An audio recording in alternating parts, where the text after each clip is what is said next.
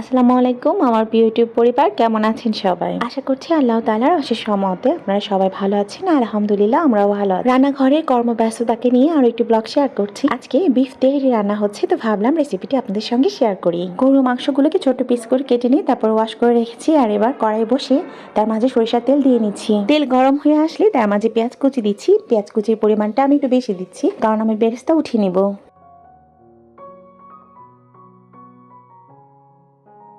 পেঁয়াজ বেরেস্তা উঠিয়ে নেবার পর অবশিষ্ট তেলের মাঝে আলুগুলোকে একটু ভেজে নিচ্ছি।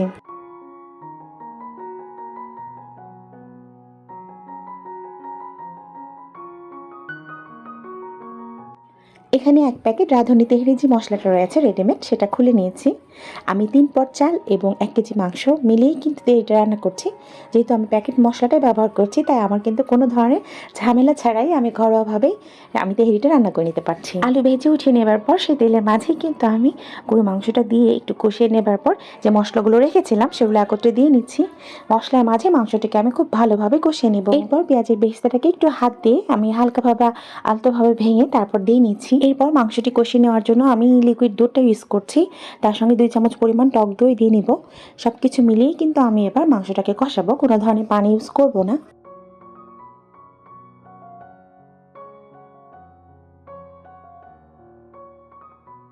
কয়েকটি কাঁচামরিচ আমি একটু হাত দিয়ে আমি ভেঙে দিয়ে নিচ্ছি। আমি কোনো ধরনের গুঁড়ামরিচ কিন্তু দেব না। এই কাঁচামরিচের ঝালেই কিন্তু আমার তেলটি রান্না হবে।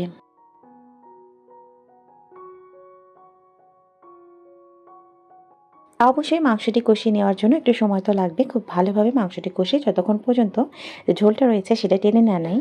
এরপর কিন্তু আমি আলু এবং পোলার চাল যে ধুয়ে রেখেছিলাম সেটা দিয়ে নেব। ভেজে উঠিয়ে রাখা আলুটি পরে দিলে হয়, তবে আমি এখনই দিয়েছি। তার সঙ্গেই তো ধুয়ে রাখা পোলার চালটাও দিয়ে নিলাম। খুব ভালোভাবে ভেজে নেব। স্বাদ অনুসারে লবণটাও দিয়ে নিচ্ছি। এখানে আলু আর চালটা ভাজা হচ্ছে, এরপর কিন্তু মাংসটিও অ্যাড হবে। তো আলু, চাল আর মাংসের সমন্বয়ে কিন্তু মজাদার তেহরি রান্না হচ্ছে। তেহেরি স্বাদটি বজায় রাখার জন্য এখানে আমি 2-3 চামচ গুঁড়া দুধ দিয়ে নিয়েছি। প্রয়োজন অনুসারে পানি দিয়েছি। একটা বলক ওঠার পর যে মাংসটাকে আমি কষিয়ে রেখেছিলাম, এবার কিন্তু মাংসটা দিয়ে তারপর আবারও একটু নেড়ে চেড়ে ঢেকে রান্না করে নিব।